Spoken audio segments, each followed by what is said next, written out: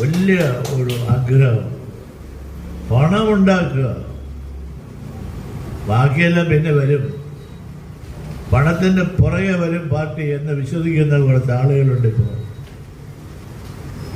പണം കൊടുത്ത് എന്തും വാങ്ങാം, സീറ്റ് വാങ്ങാം, നിയമസഭാ സീറ്റ് വാങ്ങാം, പാർലമെന്റ് സീറ്റ് വാങ്ങാം, മന്ത്രിയാകാം. പണം കൊടുത്ത് മന്ത്രിയായാൽ പണം പിടിച്ച് എല്ലാം കടത്തിയേക്കുക.